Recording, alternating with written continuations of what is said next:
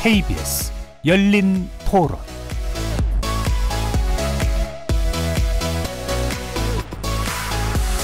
안녕하십니까. KBS 열린 토론 정준희입니다. 우리 때만 해도 저는 대구 출신인데 스카이 대학을 안 가는 사람들은 거진 다 대구에 머물러 있을 정도로, 그런데 학생을 모집을 못한다는 얘기가 있더라고요. 그러면 대체 지방은 다 어떻게 되나? 자연스레 이제 지방대는 조금씩 소멸되지 않을까. 구조 조정이 될까요? 그렇다고 해서 뭐 사람이 없는데 그 대학을 보존하기 위해서 계속 돈을 쓸 것인가라는 문제는 조금 고민을 해봐야 된다라고 생각을 하고. 인서울 하려고 하잖아요, 사람들이. 그러니까 뭐 지방은 계속 죽고, 지방대가 죽으면 지방대 주위에 있는 어쨌든 상권들도 죽게 되고, 그러면 더 어렵겠죠. 구조조정이 필요하지 않을까요? 저도 지방대 출신이지만 어쨌든 정부나 여러 가지 뭐 대기업이나 그런 투자나 뭐 이런 도움도 필요하다고 생각합니다. 지방 기업들이 나서서 지방대학 출신들도 많이 뽑아주고 역량을 키워주는 그런 일들을 해줬으면 좋겠고, 이를 위해 대학에서도 더 많은 교육 투자, 실무 능력에 대한 투자, 취직이 잘 될 수 있도록 하는 여러 가지 기회를 제공해주면은 대책이 될 것 같습니다. 거리에서 만나본 시민들의 목소리 어떻게 들으셨습니까? 학력 인구 감소의 충격을 직격으로 받고 있는 지방대. 올해 대학 정시 모집에서 미달로 분류되는 대학의 86.8%를 차지한다고 합니다. 학령 인구 감소에 수도권 쏠림 현상이 가속화되면서 이제 지방대의 정원 미달, 재정 악화 문제는 몇몇이 아닌 전체 지방대의 생존 문제가 되고 있습니다.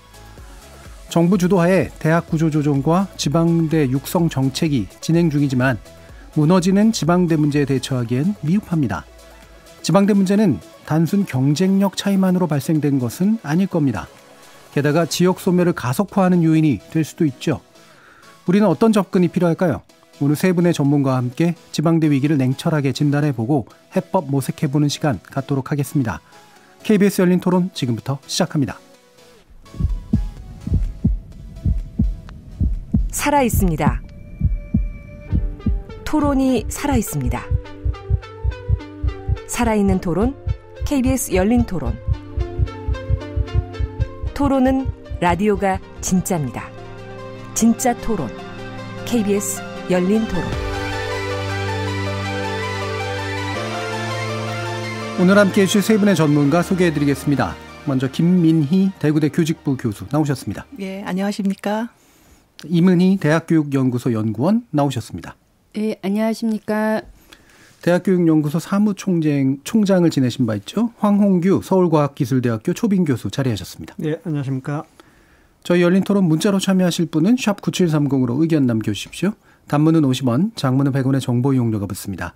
KBS 모바일 콩과 유튜브를 통해서 무료로 참여하실 수 있고요. 모바일 콩을 통해서는 보이는 라디오로도 만나실 수 있습니다. 자, 지금 대입 모집에서 정원 미달 대학의 87%, 뭐 거의 대부분이죠. 이게 이제 지방대로 나타나고 있다. 되게 상징적으로 보여주는 수치인 것 같은데, 현장에서 연구해 오시고 또 교육하시고 이런 분들로서 이런 위기 상황을 어떻게 보시는지 세 분의 의견 먼저 간단히 여쭙고 쟁점 토론 들어가겠습니다. 먼저 김민희 교수님 부탁드릴까요? 네. 솔직히 말씀드리면 하루하루가 살얼음판이죠. 그러니까 지금 아직 올해 입시가 정시 등록이 안 끝났는데 이제 그 결과에 따라서도 상당히 희비가 엇갈릴 것 같고, 또 내년 입시를 24년 입시를 준비해야 하는 입장에서는 거의 정말 살얼음판을 걷는 너무너무 큰 위기 상황을 인식하고 있습니다. 예, 정말 위기를 직감하고 계신 거고요. 임은희 연구원님. 예, 몇 년 전까지만 하더라도 지방대학의 위기가 벚꽃 피는 순서로 닥칠 거라고 했는데 예. 사실상 2021년 전국적인 미충원 현황을 보면 동시다발적으로 나타났습니다. 그만큼 지방대학의 위기가 심각하다는 것이고, 문제는 지난 10여 년간 지방대학이 입학정을 약 20% 가량 줄였습니다. 그런데도 충원율이 90% 정도에 머물렀거든요. 그만큼 지방대학은 학생 수 모집도 어렵고 이 학생들이 사회에 나가서 취업하기도 어려운 굉장히 여러모로 어려운 상황에 직면해 있다라고 볼 수 있겠습니다. 예, 그렇게 뭐 순차적이지만도 않은 동시다발적인 위기 상황. 황홍규 교수님은 어떠십니까? 예, 이제 더 큰 위기는 12년, 15년 후에 온다고 생각됩니다. 예. 잘 아시는 것처럼 이제 최근 3년 동안 그 출생자 수가 20만 명대이기 때문에 지금은 이제 40만 명대거든요. 20만 명대 출생 세대가 이제 대학 입학 연령이 됐을 때 뭐 지방 대학들은 정말 심각한 위기에 처할 거고 결국 앞으로 이제 10년을 어떻게 준비할 건가 예. 이게 중요하다고 생각합니다. 예. 위기의 그 10년 내지 15년 뒤에는 더 큰 위기가 찾아든다라고 황 교수님께서 말씀 주셨네. 그럼 시간이 좀 있네 이렇게 생각하실 분들도 오히려 있으실 것 같아요. 그러니까 이미 사실은 문제는 발생하고 있는 거고 더 이상 돌이킬 수 없는 그런 상태가 이제 조만간 오게 될 것이다. 아마 이렇게 이해가 되는데 그래서 사실 저희가 뭐 열린 토론에서도 이 문제를 몇 번 다룬 적이 있었는데 지방대 위기가 어제 오늘만의 문제는 분명히 아니니까요. 관련 분야를 계속해서 연구해 오신 이문희 연구원께 이게 기점부터 해서 어떻게 또 진행되어 왔는가 또 어떻게 전망되는가 한번 들어보도록 하죠.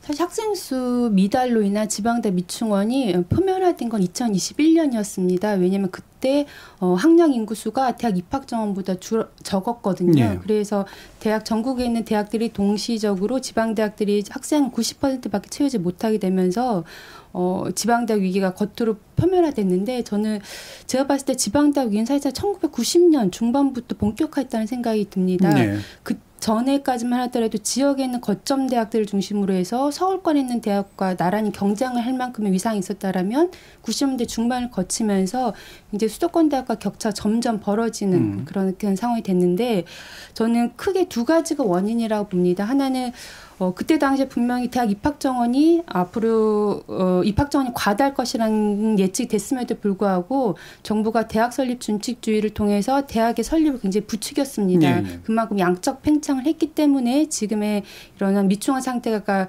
예측될 수밖에 없었고요.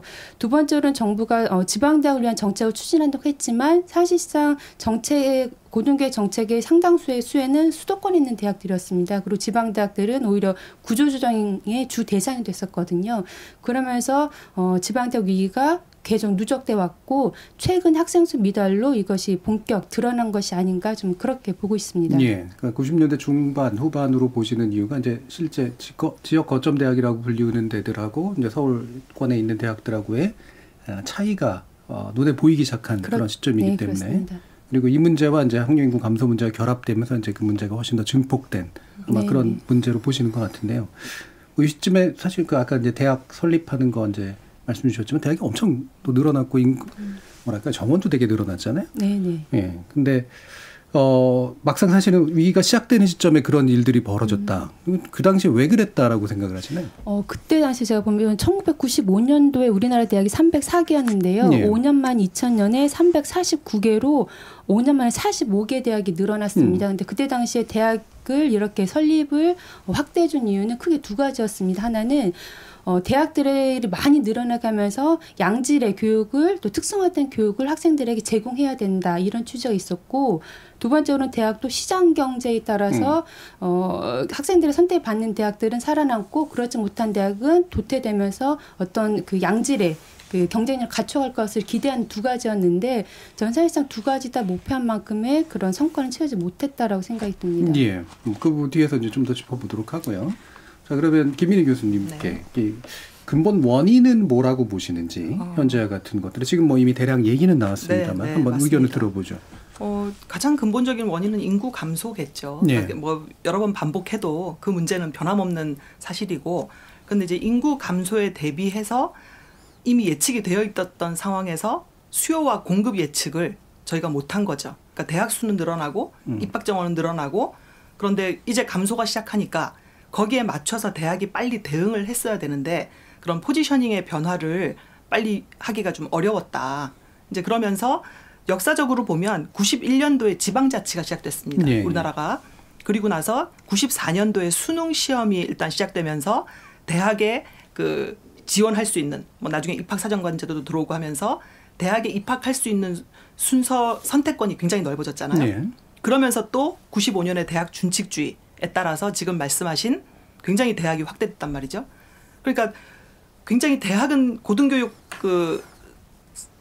고등교육 시장이 굉장히 팽창하고 보편화되어 가고 있는데 대학 수는 늘어났는데 앞으로에 대비해서 대학이 포지셔닝 변화를 거의 못했던 그런데 그것도 여러 대학 간의 차별이 있다는 생각이 듭니다. 예. 그러니까 수도권 상위대학이나 일부 대학들은 학과 명칭이나 이런 내용을 그대로 두고도 사실 현재까지도 경쟁률이나 이런 거에 문제가 없어요. 네. 근데 계속 문제가 되는 거는 여전히 지방대학, 중하위권 대학, 규모가 작은 대학, 사립대학 이렇게 가다 보니까 결국 지방 자치가 시작되면서 지방에 따른 재정 자립도의 문제가 또 달라지고 대학의 입학 정원이 감소하면서 대학이 따라가지 못하고 좋은 일자리가 또 수도권에 있다 보니 올라가고 예. 지금은 어디서부터 어떻게 이 문제가 발생했는지 어떻게 꼬여 있는지를 도저히 알기가 어려운 굉장히 복합적인 상황으로 가고 있어서 결국은 그 해법 자체도 더 찾기가 어려운 시대가 됐다. 예. 네, 그렇게 생각합니다. 예, 근본으로는 이제 인구 감소의 네. 추세에 대해서 대학이 적절히 대응하지 못했는데 대응력의 차이가 나온 것도 여러 가지 또 구조적인 이유가 있을 테고요.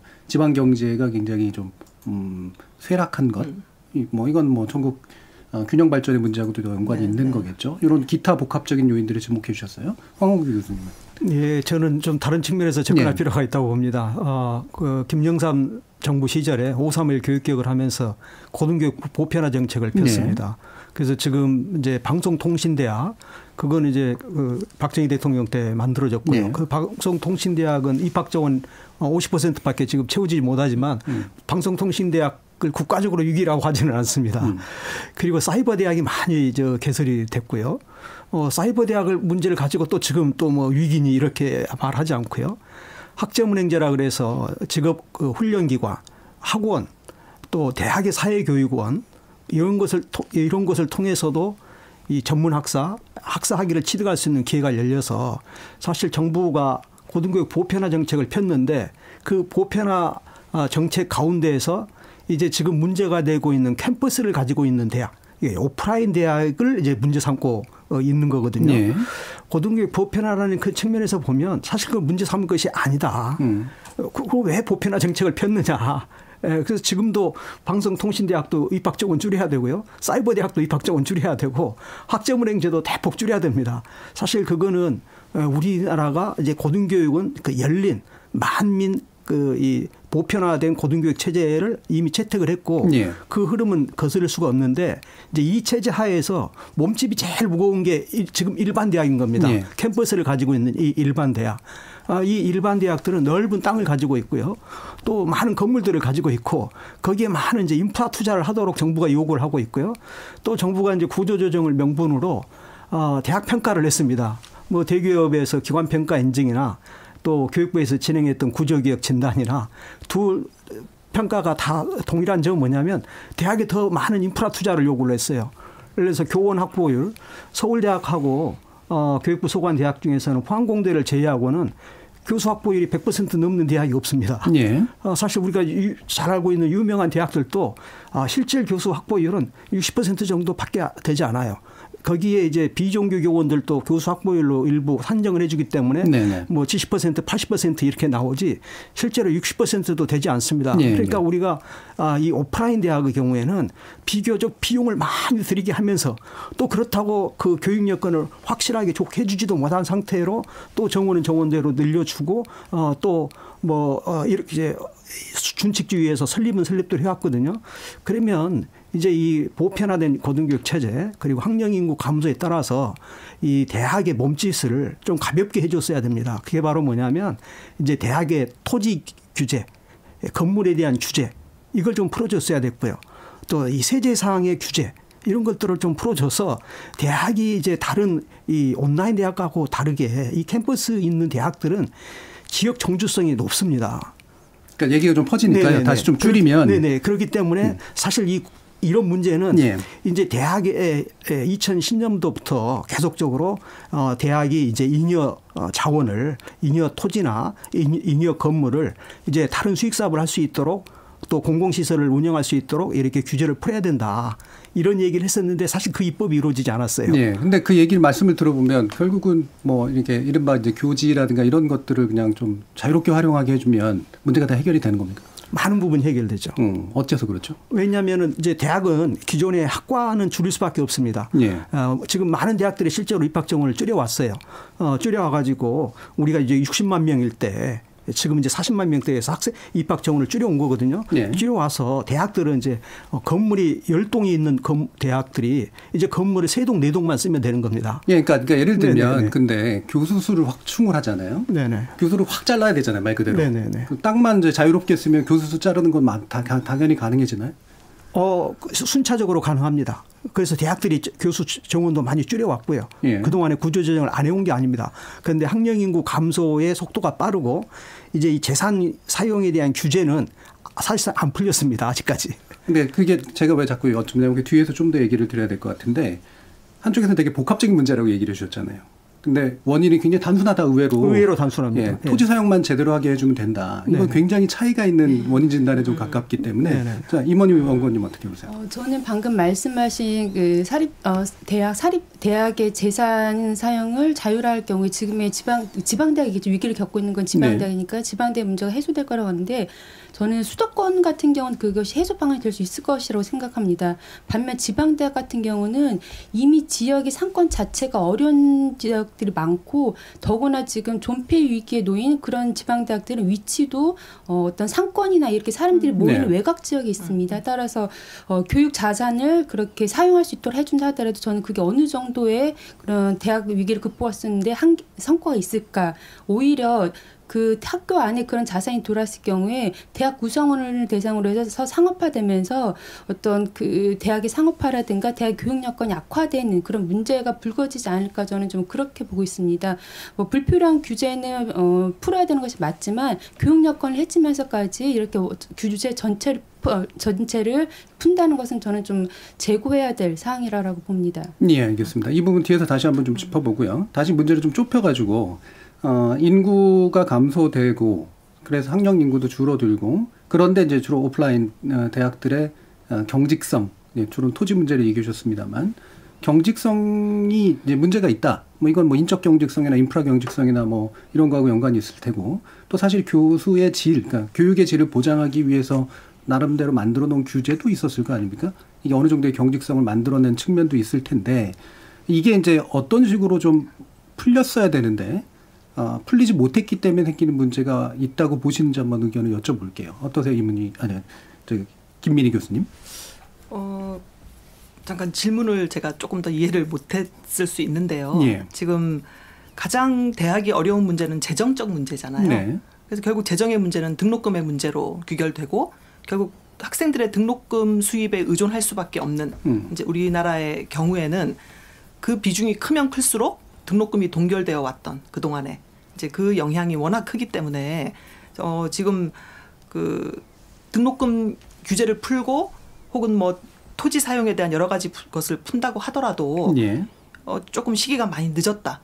조금 대응할 수 있는 어떤 시간적 여유나 그런 것들 줬어야 되는데 지금 시기가 너무 많이 늦었기 때문에 어느 정도 한계가 있다라는 말씀에 좀 동의를 하는 편입니다. 예. 네. 다시 그럼 등록금 네. 문제로 그럼 일단 더 네. 그럼 들어가 보도록 하죠. 네.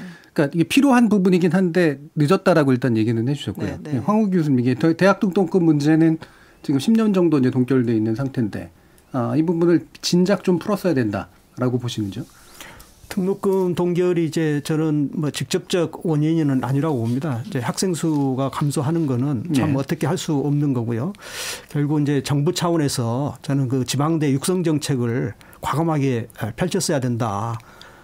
좀 출연전 대학 그 예를 보시면 이제 카이스트 그리고 대구 경북 과학기술원, 울산 과기원, 광주 과기원은 이제 과기부에서 집중적으로 투자를 하지 않습니까? 그렇기 때문에 학생들이 가고 있고요.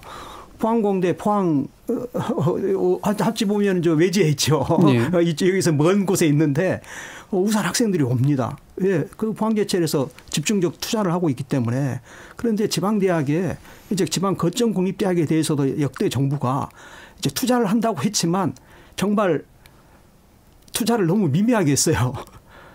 서울대학에는 5천억이 넘는 일반 지원이 되고 있는데 지방에 있는 거점 공립대학은 한 1,600억, 1,500억밖에 되지 않습니다. 예. 이 차이를 계속 또 유지해 왔으니 뭐 제가 자녀를 대학에 보낸다 하더라도 수도권에 있는 대학을 보내지 어떻게 지방대학에 보내겠습니까? 저는 1차적으로 정부가 지방대학 육성 정책을 국민들의 신뢰를 얻을 수 있을 정도로 확실하게 하지 않았다. 그 책임이 가장 크다고 생각합니다. 예, 지방대학 육성 그리고 지방대학 투자가 제대로 안 됐기 때문인데 그러니까 등록금 문제는 그렇게 큰 원인은 아니고 푼다고 해서 해결도 크게 될 것 같지 않다라는 말씀이세요? 이문희 연구원님 어떠세요?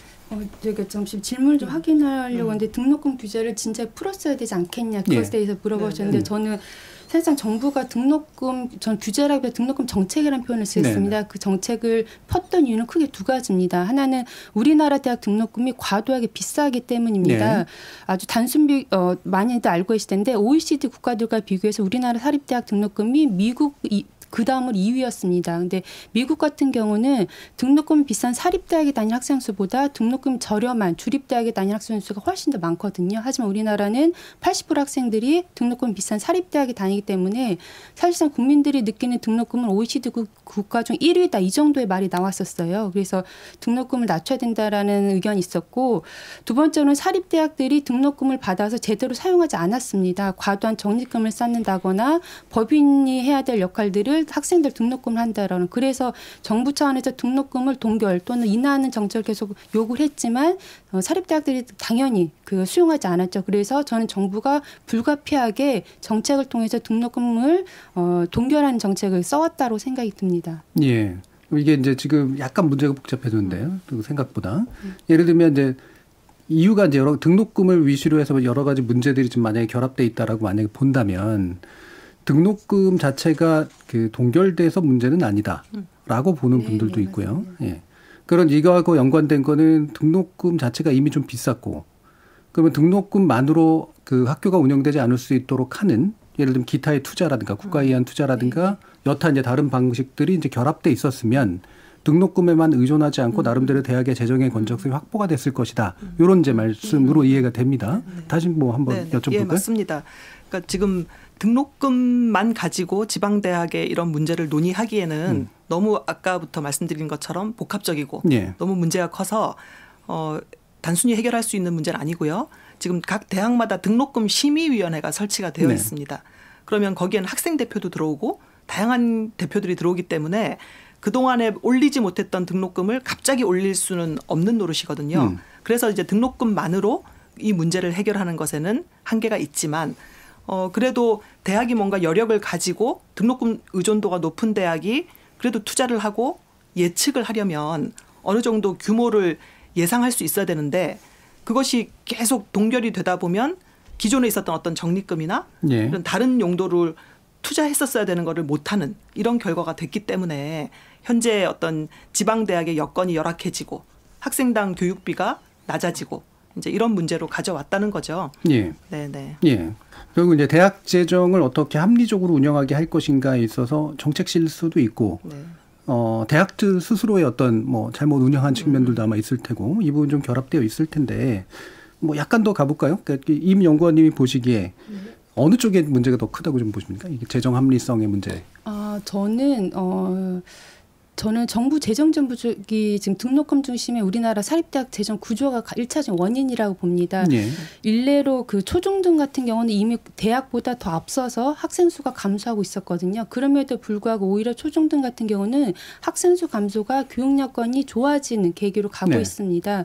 그건 왜 그러냐면 정부가 교부금을 통해서 재정을 마련하고 그 학교 운영 경비를 부담하고 있기 때문이거든요. 그래서 심지어 낙후 지역에서조차도 아이들이 정상 교육을 받고 있을 정도거든요. 하지만 대학 같은 경우는 학생 수 감소가 바로 위기로 직결되는 이유는 학생들이 받는 등록금이 주 재원으로 운영되기 때문입니다. 그리고 앞서도 말씀드렸지만 이와 같은 구조를 갖는 나라는 OECD 국가들은 우리나라와 일본 정도거든요. 그래서 저는 초중등의 연장성산에서 대학도 공교육의 관점으로 바라봐야지 되고 일정 정도의 정부 재정 지원이 중심이 되는 재정 구조가 저는 필요했다라고 봅니다. 예. 그럼 아까 이제 대학 투자하고 연관시켜서 뭐 포항 그 공대 같은 경우는 국가의 직접 투자보다는 이제 포항제철이 그렇죠. 포항제철에 의한 투자가 좀 더 컸던 측면들이 있잖아요.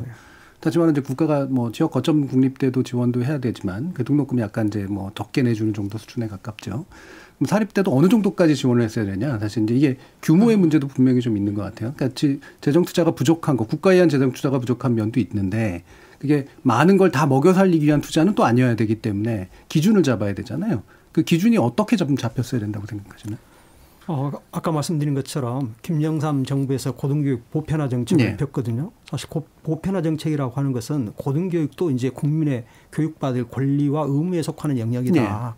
그런데 정부가 보편화 정책을 펴면서 또 고등교육의 문제는 어떤 시장 학생 선택권의 문제로 또 넘겼어요. 네네. 그러면서 또 이중적인 게 그러면서도 또 등록금 동결을 합니다. 그러니까 학생 선택의 문제로 그걸 보았다면 등록금 동결을 해서는 안 됩니다. 네네. 이제 비싸면 또 비싼 대로 학생들에게 이제 학자금 융자. 그래서 이제 미국의 고등교육 정책은 의외로 제가 알기에는 단순합니다. 이 등록금 학자금 융자 정책하고요. 그리고 R&D 정책입니다.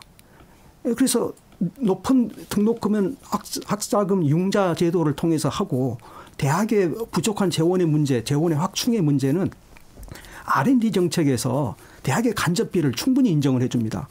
그래서 대학에서 R&D 자금을 많이 확보하면 할수록 대학의 재정 건전성이 높아지고요. 또 하나 큰 수입을 가지고 있는 게 이제 대학들이 여러 가지 상품 판매, 여기서 이제 수익 사업, 이 세 가지가 큰 주류인데 네. 우리도 이렇게 심플하게 갔어야 되는데 우리는 한편으로는 고등교육도 초중등교육처럼 등록금 통제를 하고요. 네. 또 사립학교가 재산을 많이 가지고 있는데 그 재산은 또 수익 사업을 위해서 쓸 수 있도록 허용하는 폭이 굉장히 제한적입니다. 네. 그러니 대학 입장에서는 이럴 수도 없고 저럴 수도 없고 오로지 학령 인구 감소의 모든 부담을 지금 대학들이 지고 있는 거죠. 특히 사립대학이 지고 있으니 지금 지역에 있는 사립대학들은 너무너무 힘들 것입니다. 예. 저는 이 정책, 정부 정책의 모순에서 문제가 있다. 이 모순을 빨리 해소해야 된다. 예, 예. 이렇게 생각합니다. 예. 그리고 이제 단순화해서 얘기를 해보면 그러니까 대학 고등교육이 이제 전 국민적으로 보편적으로 수행될 만한 교육이라고 인정이 되면 그 기준을 설정하고 거기에 맞춰서 만약에 이제 등록금 규제를 하려면 지원금을 많이 주고 반대로 이제 등록금 규제는 안 하려면 알아서 하게 만들 때 지원을 잘 안 하고 경쟁에 맡기고 이런 이원 구조가 이제 좀 보장이 됐어야 되는데 어설프게 좀 섞여버린 측면 이 부분에 대한 이야기로 일단 정리를 좀 해보고요. 그러면 역대 정부가 문제를 모르진 않았으니까 나름대로 이제 구조조정이라는 이름 하에 뭔가를 해왔는데 그 해온 것들에서 나름대로 좀 잘 된 것과 잘못된 것들이 뭐가 있다고 보시는지 한번 얘기를 좀 들어보죠. 이문희 연구원님. 정부가 이제 본격적으로 구조조정, 즉 정원 감축 정책을 실시한 거는 2003년 노무현 정부 때부터입니다. 네. 그때부터 해서 대표적으로 지역에 있는 국공립 대학들은 다 15% 정원을 줄여라라고 했고 서울 수도권에 있는 대학도 정원을 10% 줄이면 그것에 상응하는 재정 지원을 했습니다. 그리고 이명박 정부에서는 전체 대학을 평가를 해서 하위 15% 대학에 재정 지원을 안 해주면서 그들 대학이 시장 원리에서 도태되도록 하는 그런 구조조정을 펼쳤고요. 박근혜 정부에서는 전체 대학을 평가해서 5등급으로 나눠서 각각의 등급에 따른 정원 감축을 요구를 했고 문재인 정부에서 이게 조금 완화돼서 어떤 그 64% 이상만 되면은 정원을 감축하지 않아도 되고 그 밑에 대학들만 정원을 감축하도록 하는 등 해서 20년간 정부가 구체적인 정원 감축 정책을 폈습니다. 그래서 한 전체 입학 정원의 한 20-30% 정도가 실제 30% 정도 실제 감소는 됐습니다. 근데 문제는 정원 감축의 80% 이상이 지방대학이었다는 것입니다. 왜냐하면 네. 대부분 평가를 통해서 했는데 평가 지표의 가장 중요한 요소가 충원율, 취업률 또는 교육비와 같은 지표였는데 상대적으로 서울에 있는 수도권에 있는 대학들이 유리할 수밖에 없는 구조였습니다.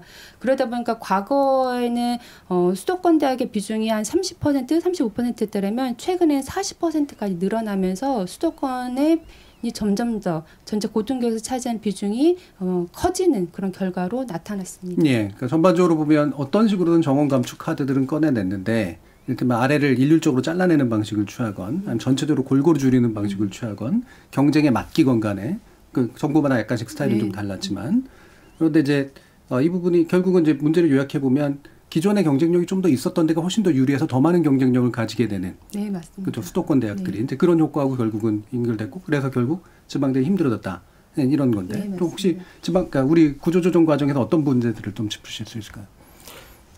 이 자료를 하나 가져왔는데요. 예. 2011년 3월에 사립대학 출구 경로 다각화 방안 연구 예. 한국사학진흥재단에서 발주를 했고 제가 그때 이제 연구원으로 참여를 해서 이 연구를 했습니다. 예.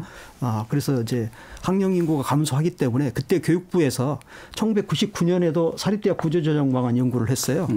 그때는 이제 학령 인구가 60만 명대로 줄어든다. 이거 위기다. 이렇게 한 겁니다. 네. 그러니까 그전에는 이제 100만 명, 90만 명, 80만 명대 세대인데 이제 60만 명대 80년대 중반에 출생이 나왔거든요. 네. 근데 2011년 이 연구할 때는 이제 40만 명대 출생 세대가 나오기 시작한 겁니다. 그래서 우리가 생각했던 것보다 학령 인구 감소의 폭이 굉장히 큰 거죠. 네. 그래서 사실 정원 감축 위주의 구조 조정은 필요하지만 그것만 가지고는 안 된 거죠. 결국 이제 대학이 운영이 하려면 재정이 있어야 되는데 그러면 어떻게 대학의 재정을 또 뒷받침해 줄 건가. 이제 여기에 대해서 정부 차원에서 심도 있는 논의가 있어야 되는데 이건 또 그냥 각 대학에 맡겨버린 겁니다. 네. 그러니까 대학 입장에서는 대구대도 그렇죠. 부지가 100만 평이 넘습니다. 네, 네. 사실 미국 같으면은 100만 평이 넘는 대학에 여러 가지 시설을 둬가지고 대학을 중심으로 그 지역을 살리는 정책을 폈을 것입니다. 그런데 우리는 대학을 중심으로 지역을 살리는 정책을 편 적이 없습니다. 대학을 중심으로. 대구대, 영남대 넓은 캠퍼스를 가지고 있는데 거기에 국책연구소를 설치를 한다든가 국가의 중요한 연구기관을 거기에 설치한다든가 해서 서로 시너지 효과를 발휘할 수 있도록 이런 정책을 폈어야 되는데 그거 하지 않았어요. 이 출연 연구기관들이 지방에도 많이 만들어졌는데 지방대학하고 또 멀리 떨어져서 있습니다. 그러니까 네. 지방대학하고도 연계가 안 돼 있어요. 이 재정의 문제를 또 지방대학을 어떻게 해서 정말 잘 살릴 건가. 이런 문제를 대학의 입장에서 대학의 관점에서 바라보지 않고 그냥 중앙정부 입장에서 서울의 입장에서 저는 취했던 것이 큰 문제다. 또 뭐 쉽게 관료들이 쉽게 듣는 것은 수도권 교수님들, 수도권 대학 총장님들의 얘기는 쉽게 듣거든요. 그런데 지방대학 총장님들은 이 교육부 관료, 뭐 기재부 관료 만나기가 쉽지 않습니다. 자, 그럼 다시 한번 이제 요약하면 정원 감축 위주의 구조조정 방식은 부족할 수밖에 없다. 그래서 재정 자립성이나 자율성을 높일 수 있는 보완 장치가 있어야 된다. 그건 뭐 계속해서 주장하시는 네네. 부분이고요. 근데 이게 두 가지가 결합되는 방식이라고 하는 게 어느 정도 이제 정원 줄고 사실은 퇴출되는 대학들도 필요할 수밖에 없을 테고요. 그다음에 뭔가 이렇게 재정을 합리화할 수 있는 여러 가지 다양한 방안들을 함께 짜내야 될 텐데 이 정원을 감축하는 그런 과정에서 이게 뭐랄까 이 세 가지의 중요도 이것이 한꺼번에 다 같이 와야 된다는 건 너무나 당연하겠지만 정원 감축만의 방법을라도 잘 썼느냐 그리고 여기에 적절히 썼어야 될 그런 카드들을 못 쓴 이유가 뭐냐 사실 이 부분에 대한 이야기가 좀 더 필요할 것 같거든요. 네. 어떠세요? 네. 지금 이제 얘기가 굉장히 많이 분산돼 있다는 얘기는 그만큼 복잡하다는 얘기죠. 생각해 보시면 우리나라의 대학은 하나인 것 같지만 저는 굉장히 다양한 유형이 있다고 봅니다. 수도권 대학, 지방대학, 국립대학, 사립대학, 대규모 대학, 중소규모 대학, 일반 대학, 전문대학. 과연 대학의 정원 정책이 어디에 포커스를 뒀었어야 하느냐. 네. 그런 거에 대한 답도 사실은 잘 못 내리고 있는 그런 상황이고요. 그다음에 대학은 기업과는 분명히 다른 운영 원리로 움직이는 곳이죠.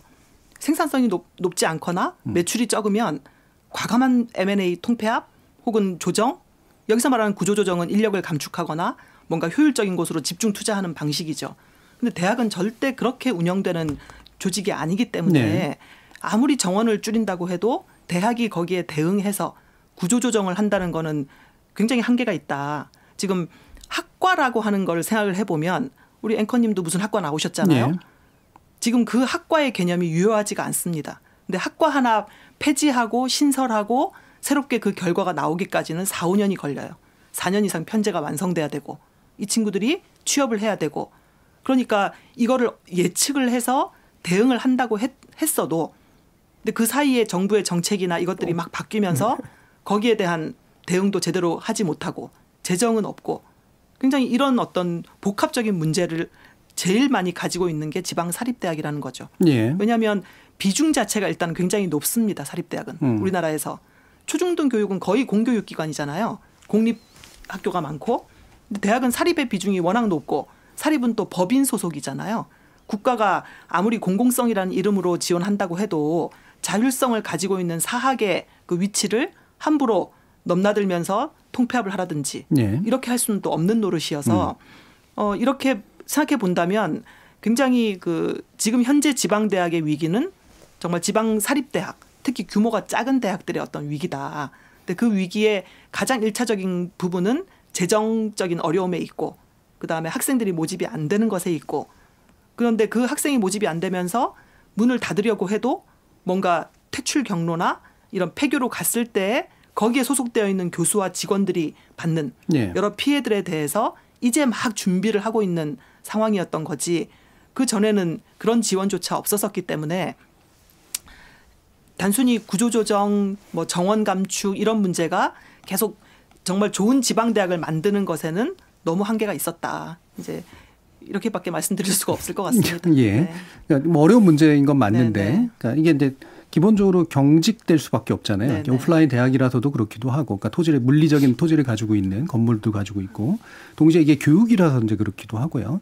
우리나라 뭐 노동 구조라든가 이런 거하고 또 연관이 돼 있고, 원래 대학 교수라고 하는 건 사실은 또 상당히 안정적인 어떤 고용이 보장돼야 되는 특성도 좀 있는 거기도 하고, 그래서 이게 어느 정도 경직될 수밖에 없는 그 기관인데.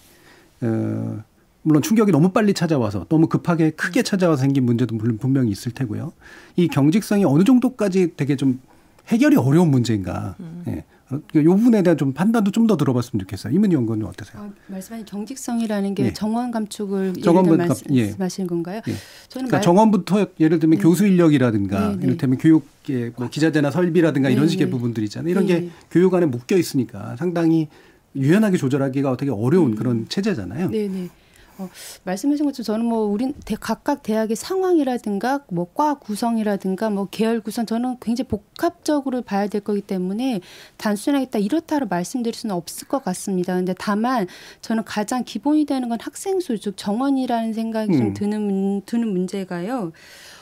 말씀드린 것처럼 이제 앞에서 학생 수가 학교 재정 수익 감소와도 영향이 있는 측면이 있고, 두 번째로는 그거 있습니다. 수도권 대학과 지방 대학이 공정한 경쟁을 할 수 없는 상황입니다. 이미 굉장히 기울어진 운동장에서인 거고, 그것의 원인은 어떤 교육 연구 역량이라기보다는 저는 위치, 지역이라는 생각이 듭니다. 같은 대학임에도 불구하고 지역에 있느냐, 서울에 있느냐에 따라서 사실상 플러스 마이너스 굉장히 큰 차이가 날 수밖에 없는 구조거든요. 그렇다면 이거를 정부가 정책적으로 감안했어야 되는라는 생각이 들고, 제가 앞서도 말씀한 지금의 이렇게 과잉 팽창이 오기까지 기본의 1차적인 원인은 정부가 대학과 학생 수를 수요와 공급 예측하지 못하고 대거 늘린 것에서 그 첫 번째 문제이기 때문에 이것에 대한 조정을 좀 중장기적으로 바라보했고, 그 과정에서 변하는 상황에 맞게 뭐 교수 1인당 학생 수라든가 기자재라든가 교사 시설 이런 것들에 대한 연구도 함께 해들어갔어야 되는데 좀 그런 대응이 대학 자율에만 맡겼던 것이 문제가 아닌가 저는 좀 그렇게 보고 있습니다. 제가 생각하기에는 사실 저는 오히려 한편으로 보면은 문제가 그 과대 포장되어 있는 측면도 있을 수 있다 이렇게 생각을 합니다. 그게 이제 어떤 거냐면요, 뭐 대학이 많다 이렇게 하는 이 관념에서 구조조정 정책이 나오고, 우리 임 연구원님께서 말씀하신 것처럼 구조조정 정책을 펼면서 수도권 중심 또 대형 대학 중심으로 되어버렸습니다. 결과적으로 그 학교들이 유리한 결과죠. 구조조정의 방식을 평가를 통해서 하고, 이제 평가에서는 몇 가지 지표를 요구하다 보니까 중소대학들, 사립대학들, 지역에 있는 대학들이 어렵게 되어버렸어요. 그런데 만일에 저는 구조개혁 평가를 정부가 하지 않고 아예 일률적으로 정원의 몇 %를 좀 줄여라. 그리고 소규모 대학은 이제 줄이지 않아도 된다. 이런 정책으로 구조조정 정책은 단순히 가면서 재정 운영의 자율성, 또 정부가 그만큼 대신 이제 재정적 보전, 이런 정책들을 펼쳐야 된다 이렇게 생각을 하는데요. 네, 재정 운영의 자율성과 재정적 보존이 같이 올 수 있나요? 이 등록금 동결을 했기 때문에 저는 그 부분에 대해서는 보전이 필요하고요. 그다음에 이제 수도권 대학의 경우에는 학생 정원을 감축할 이유가 없습니다. 아직까지는요. 왜냐하면 학생들이 모집이 되고요. 또 외국인 학생들은 이제 TO에 제한이 없이 받을 수가 있기 때문에 수도권 대학 입장에서는 학생 정원 자체가 바로 수입이 됐는데, 그거를 이제 전체 대학의 구조조정 입장에서 수도권과 비수도권의 균형이라는 측면에서 보면 수도권 대학의 정원도 줄여야 되거든요. 그러니까 줄이지 않은 상태에서 결국은 그 줄이는 모든 것들이 이제 지방으로만 가니까 이런 문제들이 더 생겨났는데, 수도권 대학이 정원을 줄일 때는 그 정원 줄인 것만큼 수업료 개선이 생기고 바로 이제 대학 재정에 부담으로 오게 됩니다. 그래서 그 부분만큼 사실 정부가 재정 보조를 해줄 필요가 저는 있었다 이렇게 생각하는데, 그런 재정 지원을 없이 이제 수도권 대학의 정원을 줄이라고 요구하기 어려운 거죠. 그래서 새 정부에서도 이제 반도체 이런 인력 양성을 위해서 이 정원을 오히려 수도권 대학도 이제 늘려주지 않았습니까? 그러니까 수도권 대학 특히 이제 수도권 대학들도 사립대학이 대부분인데 정원 감축 입구로 재정 감소입니다. 그래서 이 재정의 문제를 우리가 너무 소홀히 생각했다는 거고요. 대학이 많다고 하지만 제가 문제 제기한 부분이 실제로 이 국공 사립대학 중에서 모집 정원 500명 이하 이 대학이 48개입니다. 예. 전체 대학의 25% 정도가 모집 정원 500명 이하이고요. 이 대학의 학생 수 기준으로 보면은 30분의 1밖에 되지 않습니다. 3.4%밖에 되지 않아요. 학교 수는 많지만 우리가 작은 대학들이 많습니다. 이 작은 대학들은 되게 종교계 대학들이 많고요. 그다음에 이제 교대들이 국립대는 교대들입니다. 예. 사실 이 대학들은 나름대로 생존의 논리가 있어요. 그러면 진짜 위기 대학들은 어떤 대학들이냐면은 이제 중규모 대학들이고요. 예. 대규모 대학들은 기존의 그 기득권 체제 하에서 계속 그거를 유지하게 될 겁니다. 위기 대학들은 중규모 대학인데 왜 그러면은 이 위기가 중소규모 대학에 몰리느냐. 아까 평가를 통해서 그 대학들을 문제 대학으로 낙인을 찍어버린 겁니다.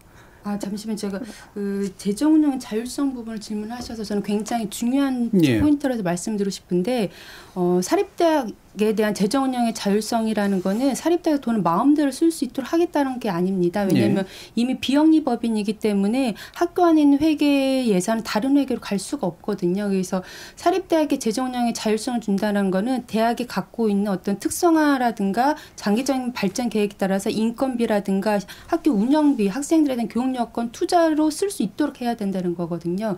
이 말이 나온 이유는 우리나라는 그 2004년부터 해서 모든 재정 지원 사업이 특수목적화 사업화돼서 특정 사업에만 사용하도록 되어 있거든요. 근데 일본 같은 사례를 보면 일본은 사학조성법에 의해서 대학 재정 예산의 70%를 운영비로 지원하고 있습니다. 그러다 보니까 대학이 각각의 상황에 맞게끔 오히려 필요한 곳에 적절하게 사용할 수 있거든요. 그런 측면에서의 저는 대학의 재정의 자율성이 좀 필요하다라고 좀 부연 설명하겠습니다. 예. 그러니까 결국 재정의 자율성이라고 하는 건 마음대로 쓰란 얘기가 아니라 현재 지나치게 목적에 맞춰서만 예산 지원이 이루어지는 걸 좀 더 유연하게 만들어서 대학의 사정에 맞게 그걸 활용할 수 있도록 만들어주는. 건물 사용이라든가 적립금 사용 이런 식으로 최소한의 그 못할 것 가이드라인만 그렇고요. 예, 알겠습니다. 이게 그 얘기가 약간 이제 퍼졌다 좀 모였다 이제 계속 이제 그렇게 됐는데요. 예, 왜냐하면 제가 볼 때는 황 교수님은 재정이 모든 문제 시작에서 끝이다라고 이제 보시는 것 같고, 김 교수님은 이 문제는 굉장히 복합적인 문제여서 사실은 쉽게 해결하기가 참 상당히 난감한 그런 면이 있음을 이해해야 된다라고 보신 면이 있는 것 같고요. 임현군 의원님 같은 경우에는 뭐 중간에서 이제 정작 필요했었어야 되는 그런 부분들을 좀 포인트를 몇 가지 좀 짚어주신 것 같습니다. 자, 일단 1부는 이 정도로 좀 정리를 해보고요. 다시 2부에서 이 쟁점을 약간 더 모아가지고 정말로 재정의 문제라면 어떻게 문제를 해결해야 되느냐. 그리고 수도권 대학, 아까 중규모 대학들의 이제 진정한 위기를 얘기해 주셨는데 지방대가 대부분 또 중규모 대학인 경우들이 많기 때문에 이 문제를 또 어떻게 해결할 것이냐 이 논의를 한번 이어가 보도록 하겠습니다. 여러분은 KBS 열린 토론과 함께하고 계십니다. 토론이 세상을 바꿀 수는 없습니다. 하지만 토론 없이 바꿀 수 있는 세상은 어디에도 없습니다.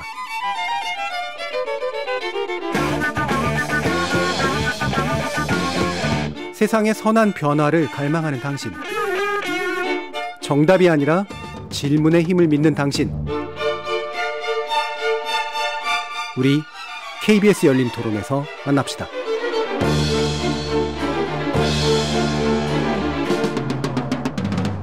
KBS 열린 토론, 지방대 위기의 현황과 해법에 대해서 얘기 나누고 있는데요. 이문희 대학교육연구소 연구원, 황홍규 서울과기대 초빙교수, 김민희 대구대 교직부 교수 이렇게 세 분과 함께하고 있습니다. 자, 1부 마무리에서 이제 재정 문제 그리고 중규모 대학들의 이제 실제 위기의 해결 이 부분을 이제 논의하겠다라고 했는데요. 그 얘기를 하기 앞서서 이 얘기를 이제 간단하게 세 분의 의견을 먼저 좀 듣고 시작했으면 좋겠는데, 우리가 이제 지방대 문제 그러면 대부분 그냥 뭐 사라질 대학들 사라져야지 어떻게 살리냐 이제 이런 생각을 많이 하게 되잖아요. 근데 그게 단지 지방대만의 문제가 아니라 지역의 문제다. 라는 것을 우리가 좀 이해할 필요가 있을 것 같아서 지방대 현재와 같은 급속한 쇠락이 지역에 어떤 문제를 야기할 것인가 이 부분에 대한 얘기를 좀 간단히 의견을 세 분께 듣고 시작해 보겠습니다. 네. 먼저 김 교수님. 이미 그 언론에 많이 나오는 폐교된 대학들의 지역 상황 네. 이런 사진이나 언론 보도를 보면 거의 지역의 상권이 없어지고 주민이 떠나고 거의 뭐 황폐화되는 곳들이 지금 곳곳에 막 보입니다. 네. 결국 대학이라고 하는 기관이 가지고 있는 여러 인프라와 영향력이 1차적으로는 뭐 대학 안에 구성원들에게 미치겠지만 결국 그 자원을 활용하는 것도 지역 주민들이기 때문에 그 대학이 없어지면 정말 지식과 기술과 여러 인프라를 가지고 있는 굉장히 좋은 조직이 없어지는 거예요. 네네. 그러면 결국 지역으로 확대가 되고 결국 하나의 지역이 없어지는 건 전반적인 국가 차원에서 보면 굉장히 손해인 거죠. 네. 네. 결국 지역의 쇠락이 지방대 쇠락을 가속화시키고 지방대 쇠락이 이제 지역의 쇠락을 더 가속화시키는 네. 악순환으로 있습니다. 들어간다라는 네네. 거죠. 임 연구원님. 저도 교수님의 의견에 동의하고요. 저는 또 하나 내가 태어난 지역에서 양질의 교육을 받고 또 양질의 일자리를 찾는 그런 선순환 구조가 네. 국민들에게 보장이 되어야 된다고 생각합니다. 어떤 뭐 교육의 기본권, 행복권이라는 생각이 드는데 지금의 지방대학 유계는 이런 국민들의 기본권조차도 박탈하는 그런 상황이라고 좀 이렇게 얘기하고 싶습니다. 예, 좀 더 기본권 차원에서 근본적인 이해가 필요하다. 황 교수님. 새 정부의 국정 방향 중에 하나도 예. 지역 균형 발전이 그렇죠. 있고 모두가 함께 잘 사는 그 지방 시대를 열겠다. 이게 이제 있는데요. 이거는 이제 국토 안보, 국가 안보 차원에서도 지역 균형 발전은 너무 중요하다고 생각합니다. 사실 우리가 북한에 대해서 안보상의 취약점이 수도권 인구 집중과 수도권의 그 산업시설 집중이 아니겠습니까? 그 지역의 균형적으로 이렇게 발전한다고 하는 것은 국가 안보 차원에서도 대단히 중요한 거고요. 제 친구가 강원도 횡성에 이제 귀향을 해서 살고 있는데 귀양은 아니죠. 예, 귀향을 해서 예. 살고 있는데 그 친구가 하는 얘기가 자기는 여기서 이 국토 지킴이 역할을 하고 있다. 네네. 외지에서 그래서 이 지역에 있는 대학들도 일종의 국토 지킴이 역할을 하고 있습니다. 그 지역을 지키는 아까 이 오프라인 대학의 장점이 이제 캠퍼스가 있기 때문에 이 지역 정주성이 있거든요. 그 지역에 문화 인프라이기도 하고 산업 인프라이기도 하고 또 고용 인프라이기도 합니다. 그런데 안타깝게도 아까 말씀드렸지만 여전히 우리나라 오피니언 리더들 또 안타깝게도 정부 당국자들도 말로는 지역 균형 발전을 얘기하지만 정말 지역 균형 발전에 의지가 있는 것인가? 예. 저는 거기에 이 문제의 원인이 있다고 생각됩니다. 알겠습니다. 고등교육 보편화 정책과 더불어서 예. 지방대학은 상대적으로 불리한 위치에 있었기 때문에 지방대학에는 수도권 대학보다 더 많은 재정 지원을 꾸준히 해왔었어야 되는데 그게 없었습니다. 예. 그러니까 지방대학이 지역에서 갖는 기능, 그러니까 단순한 교육 기능 이상의 기능들에 대해서 이제 집권자들이 상당히 좀 주목했어야 되는데 그 기관으로 활용하지 못한 면들이 분명히 있어 보이죠. 그래서 이제 나름대로 정부가 정책을 내놓긴 했는데 이게 이제 아까 말씀 나누셨던 그런 문제에 해결에 좀 더 접근할 수 있는 방법인지 한번 평가를 해 주시죠. 일단 대학 재정 지원 사업 예산 중 2조 원 이상의 집행 권한을 지자체에게 넘긴다. 나름대로 뭐 지자체가 지역에 맞춰서 하면 되겠다라는 생각도 들면서도 실제로 그렇게 가능할까? 이렇게 이제 볼 수도 있어서요. 임 연구원님 이 부분 어떻게 평가하시나요? 저는 아주 간단하게 말하면 아픈 사람에게 처방전을 내와라. 정부가 이렇게 좀 주문했다는 생각이 듭니다. 우선 지금의 지방대학 위기는 너무나 심각하기 때문에 지역 지자체 상황에서 지방대학 육성하는 것 자체가 굉장히 어려운 과제입니다. 그리고 두 번째로는 말씀드린 것처럼 지금의 지방대학 문제가 어떤 지역 현안에 국한된 것이 아니라 학생 수 감소라든가 사립대학 중심 어떤 그 전체적인 고등교육 체제 구조의 문제여서 중앙 정부 차원의 정책 자본이 필요하거든요. 근데 이것을 지자체에서 해결해라라고 했기 때문에 저는 굉장히 정부의 책임을 지자체로 떠넘긴 것이다. 좀 그렇게 보고 있습니다. 예, 그러니까 근본적으로 중앙정부 정책으로 해결해야 될 문제를 갖다가 돈을 뚝 하고 떼어서 이제 너희들끼리 해봐. 나는 이제 손 안 댈래. 이렇게 하는 태도라는 거죠. 예. 김 교수님. 뭐 지금 말씀하신 부분에 일정 부분 동의하면서도 지금 이렇게 대규모 투자를 하는 것 자체에 의미는 좀 있다고 봅니다. 시도 자체는. 왜냐하면 생각을 해보시면 가장 그 지역에 많은 정보를 가지고 있는 곳은 지방자치단체예요. 네. 대학은 교육만 하지만 지방자치단체는 경제, 문화, 환경, 복지 굉장히 많은 그 정보를 가지고 있고 또 거기에 지원을 하고 있고 그러면 대학이 어떤 지역과 기능을 해야 된다는 건 대학 안에 있는 학과와 학생들이 꼭 그 지역에 살지 않더라도 다른 곳에 살더라도 역할을 담당을 해야 되지 않습니까? 국가사회 발전에 이바지하는. 그러면 당연히 그렇게 잘 살아갈 수 있도록 대학에서 교육을 하는 게 맞는 거죠. 네. 그러면 교수님들은 사실은 자기의 교육이나 연구 분야에 대해서는 전문가이지만 그 지역사회와 같이 공유하고 지식을 나누고 학생들을 인력을 배출하는 데는 한계가 있었기 때문에 네. 그런 정보를 가지고 있는 지방자치단체가 자기 지역에 맞는 일자리와 연계된 혹은 필요한 발전 전략하고 연계해서 어떤 사업을 같이 운영할 수 있도록 하는 예. 이제 그 자체는 굉장히 의미가 있는 거죠. 예. 근데 또 이제 여러 분들이 이제 우려하시는 부분은 과연 지금까지 지방자치단체가 대학을 직접 운영해 본 경험들이 많지 않기 때문에 그 대학이 운영되는 어떤 생리에 대해서 잘 모르고 또 약간의 어떤 그 정치적으로 조금 이용을 한다거나 네네. 혹은 또 다른 자기들에게 유리한 방면으로만 끌고 갈까 이제 그런 우려점이 있는 거지. 지금 뭐 지역과 대학이 같이 가야 하는 그런 부분은 저는 굉장히 의미가 있는 어떤 정책적 방향이라는 생각이 듭니다. 예, 적어도 지역 단위에서 사고하고 집행할 수 있도록 해주는 면은 분명히 좀 있다. 네네. 예, 황 교수님. 네, 기본적으로 동의하면서요. 말씀하신 것처럼 이제 충분한 저는 준비 기간이 필요하다고 생각이 되어집니다. 준비를 충분히 해야 되고요. 또 단계적으로 해 나가야 되고 우리가 요구하는 대로 이거는 성과가 단기간에 나올 수가 없습니다. 그런데 이제 걱정되는 거는 단기에 성과를 거두기를 원했을 때 오히려 이제 하기 쉬운 사업들만 하는 예. 대표적인 게 건물 짓는 걸로 표현을 합니다. 그래서 이제 그런 정책으로 가면 이건 이제 실패할 수밖에 없다.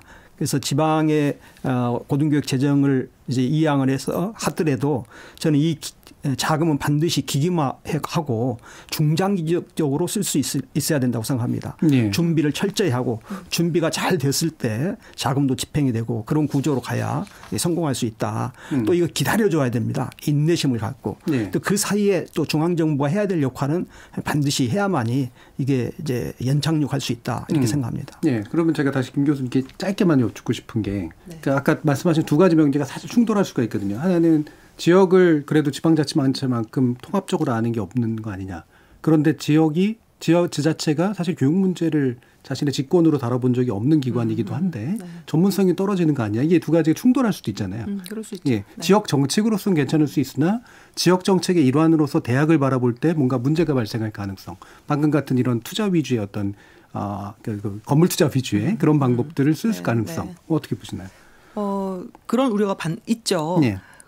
그래서 결국 그 문제는 우리나라가 가지고 있는 이제 지방자치 제도, 일반자치와 교육자치로 이원화되어 있는 이제 그 구조적인 문제가 가장 지금 아마도 계속 파고 들어가다 보면 거기에 봉착을 할 거고 특별히 또 대학은 교육자치 영역하고는 또 다른 그렇죠. 굉장히 독립적 자율적 영역으로 움직여 왔기 때문에 또 대학에서 배출되는 인력들이 꼭 그 지역에만 머무르지 않기 때문에 지역에서는 굳이 대학에 그동안에 투자할 이유가 없었던 거죠.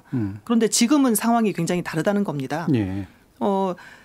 결국 지역이 살려면 대학이 살아야 되고 대학이 배출하는 인력이 그 지역의 일자리나 산업에 영향을 미쳐야 되고 또 좋은 어떤 경제적인 효과가 그 지역의 주거, 의료, 문화 다양하게 영향을 미쳐서 지역이 같이 사는 방향으로 가야 되기 때문에 지금 교육에 대해서 혹은 잘 모르는 부분은 공유를 하면 되는 거죠.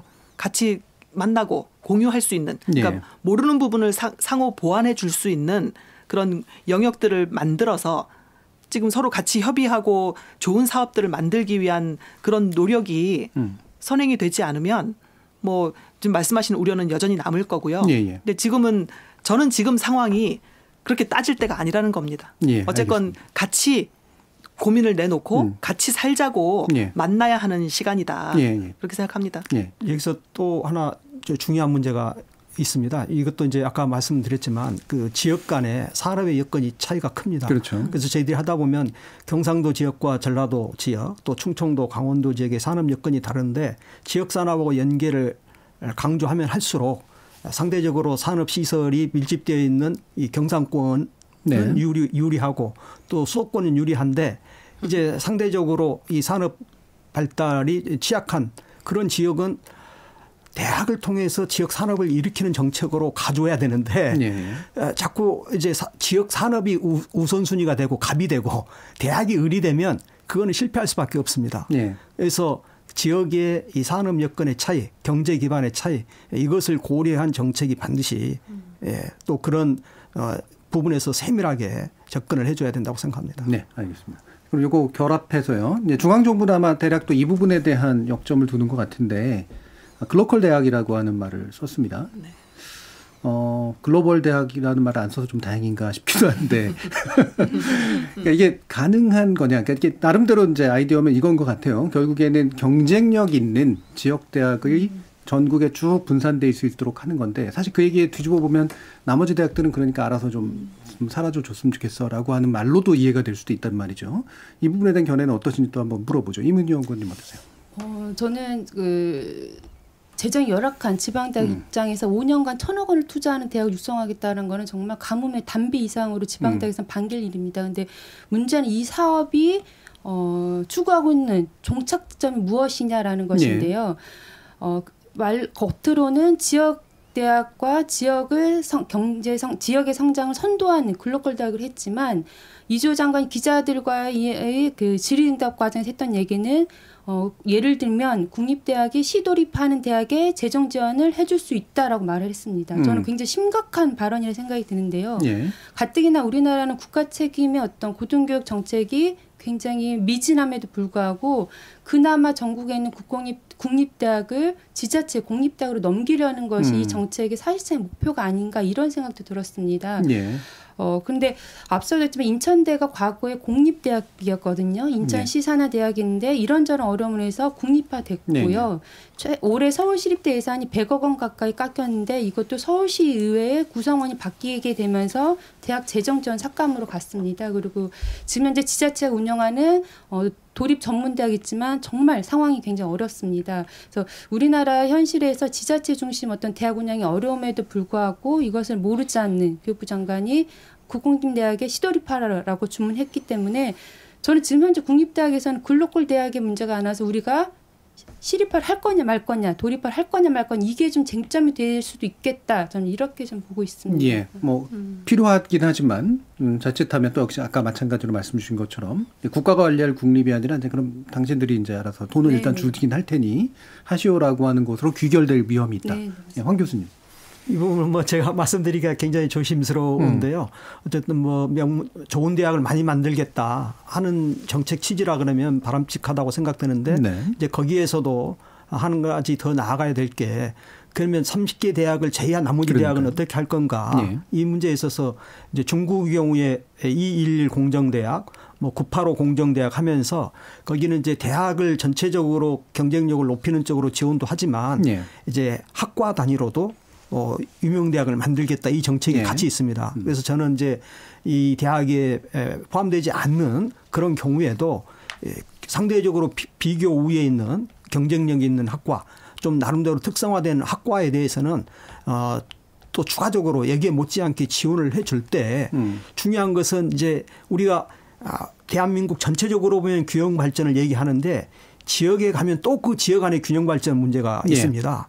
사실 그 지역에서는 또 지역의 문제가 이 수도권에서 생각하는 지역의 문제보다 훨씬 더 크기 때문에 사실 여기에 대한 고려를 하지 않으면 지역 내에서 심각한 갈등을 유발할 수가 있기 때문에 정책이 반드시 보완이 돼야 된다. 이렇게 말씀드리고 싶습니다. 굳이 말하면 이제 글로컬 대학뿐만 아니라 글로컬 학과도 지원이 있어야 된다. 그러니까 대학에 속하지 않더라도 정도인데 사실 그 지역 내에서 이제 다툼이 벌어질 가능성도 있잖아요. 그렇죠? 선정이 되면 그래도 우리는 살았다 이거고 선정 안 되면 이제 죽는 건가 이렇게 될 수도 있으니까요. 김 교수님. 글쎄 이제 국공립대학의 문제도 있고 지금 여러 가지 있지만 지방 사립대학의 입장에서는 사실은 지금 이런 재정 지원이 없어도 그 구조조정을 해야 할 판이고 더 새로운 혁신의 모습을 모색을 해야 할 시기입니다. 그런데 지금 글로컬 대학의 의미를 교육부에서 제시한 보도자료를 보면 한 학과의 문제가 아니라 대학 전체 구조 개편의 얘기를 하고 있거든요. 그래서 사업이 아니라 육성입니다.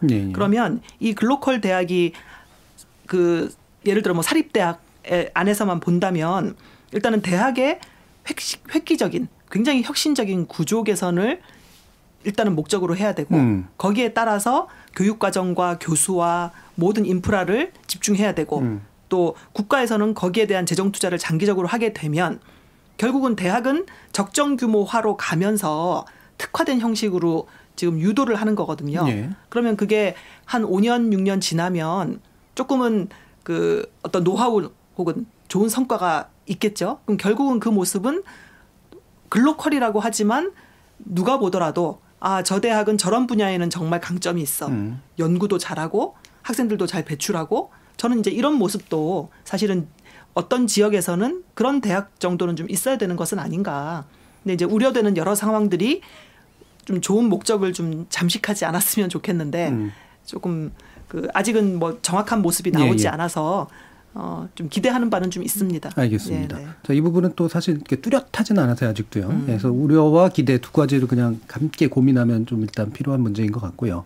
한 가지 이제 마무리하기 전에 이 부분은 같이 또 세 분의 의견을 여쭤봤으면 좋겠는데, 결국에는 이제 퇴로를 열어준다. 이른바 이제 출구 전략이 필요하다라고 하는 건데요. 그 퇴로 형식도 되게 다양할 수가 있을 것 같습니다. 어느 정도의 출구 전략은 필요할 것 같은데, 그 출구 전략에서 핵심이 돼야 되는 게 뭐라고 보시는지 먼저 황 교수님 말씀 한번 들어볼까요? 저는 그 출구 전략에서 그 출연자에게 재산의 일부를 돌려주는 문제, 예산 장려금을 주는 문제, 이게 이제 쟁점이 돼서 역대 정부가 구조조정법을 이렇게 통과시키지 못했는데요. 저는 그 부분이 쟁점이 되기보다는 대학의 재산 사용의 자율성을 확대하고 대학의 기능을 다양화하는 쪽에서 대학 활용 정책으로 가는 쪽에 방향을 잡아야 된다 생각합니다. 그래서 지역에 이제 특수 학교를 부설할 수 있게 해주고 지역의 노인복지시설이라든가 청소년 시설이라든가 또 사회복지시설, 창업보유센터, 지역의 공공시설 이런 걸로 이제 대학이 가지고 있는 캠퍼스를 다양하게 활용할 수 있게 하면 대학은 이제 학령인구 중심의 그 학과 구조조정을 할 수밖에 없을 것이고요.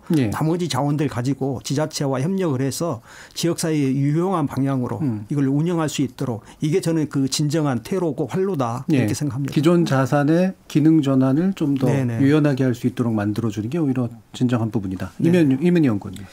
굉장히 어려운 문제입니다. 왜냐하면 현재까지는 교육기관이 어떤 우리 사회의 공공재산이라는 그 합의에 의해서 지금 현재는 문을 닫더라도 국가나 지자체 또는 다른 교육기관으로만 이렇게 됐다라면 이제는 개인이 돌아갈 수 있도록 하자는 방안인데 저는 우려스러운 게 과연 지금의 사립대학에서 이런 퇴출 정책 시행했을 때 거의 응하는 곳이 얼마나 있을까. 교육부가 그에 대한 실태조사부터 먼저 해봤는지가 궁금합니다. 왜냐하면 지역의 사립대학 중에 상당수는 가족들의 어떤 친족 형태로 운영이 되고 있기 때문에 어떻게든지 최대한 잔존하려고 남아있으려고 하는 대학들이 상당수일 거라고 저는 판단합니다. 실제 이 정책이 갖고 있는 어떤 위험성은 큰데 실효성이 어느 정도일 것에 대한 좀 사전 조사는 이게 필요할 것 같고요. 두 번째로는 지금 용인하고 있는 게 사회복지법인이나 평생교육기관인데 지역에서 정말 사회복지기관이나 평생교육시설들이 정말 필요한지 이것이 실질적인 대안이 될 수 있는지에 대한 어떤 실수요 조사도 필요하다고 생각합니다. 또 하나로는 대학들이 지금 현재 뭐 부정비리 이런 것들을 감춘 상태에서 재산을 가져가는 그런 방식으로 악용되지 않도록 사전에 교육부 차원에서 어떤 감사라든가 이런 것들도 반드시 선행돼야 된다고 생각합니다. 예, 결국에는 이게 악용돼서 이제 그냥 재산적 이익만 쭉 주는 게 제일 많이 지적되는 그런 부분이고요. 나머지 기능 전환을 하더라도 실제로 기능 전환을 하려고 그럴까?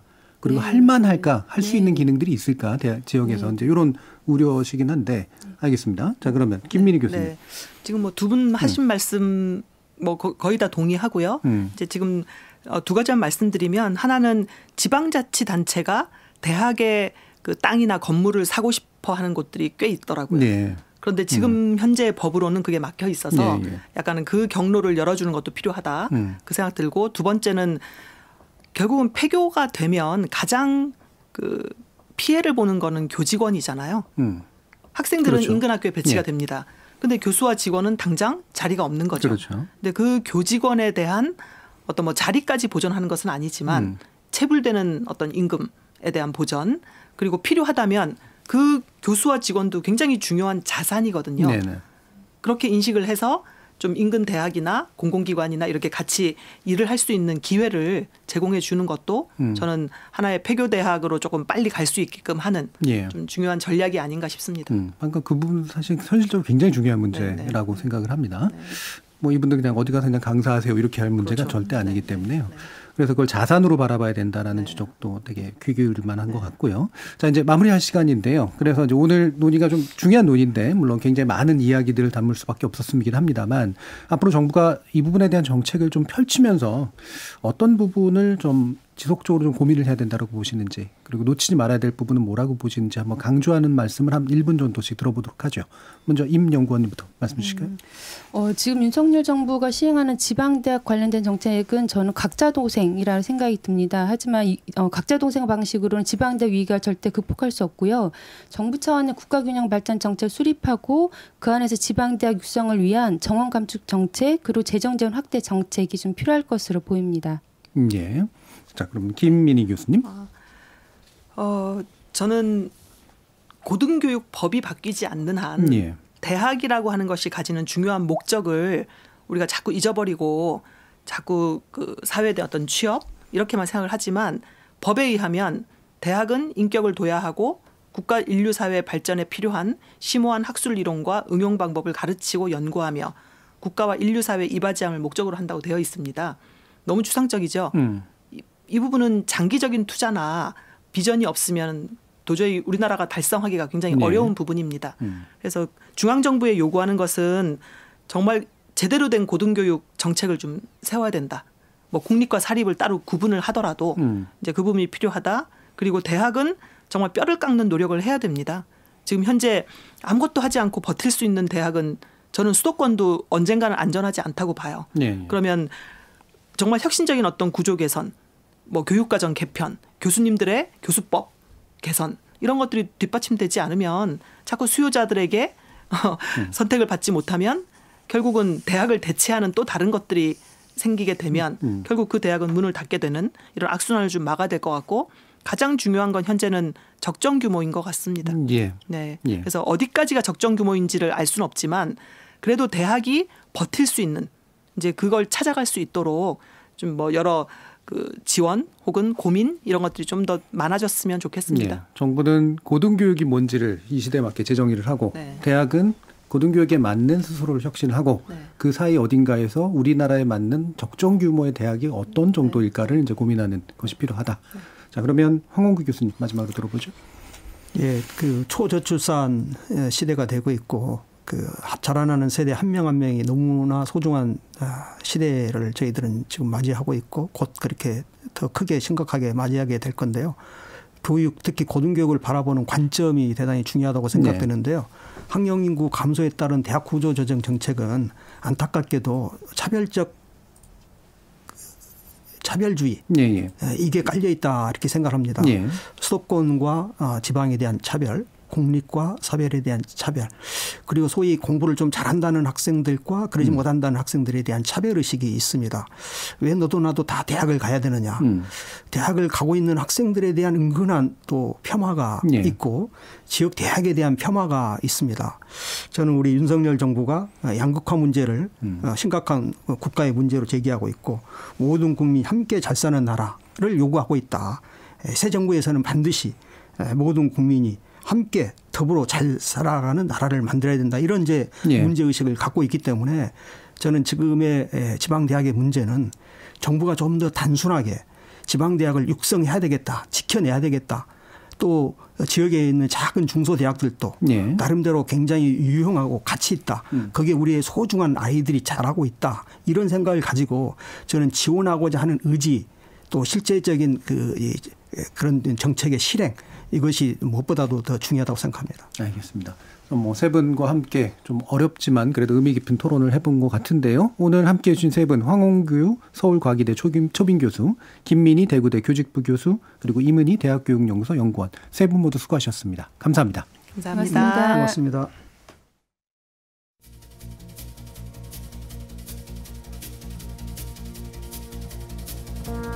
경쟁력이 없는 개체는 밀려나는 게 순리다.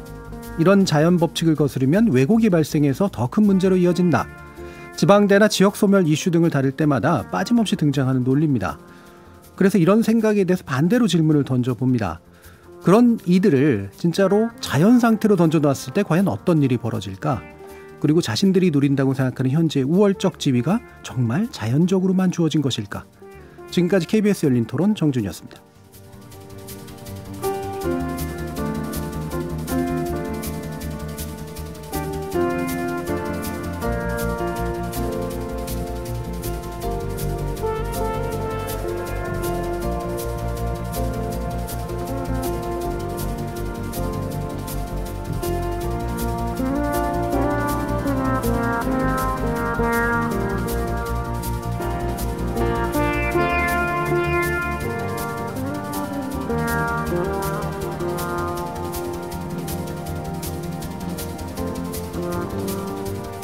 있습니다.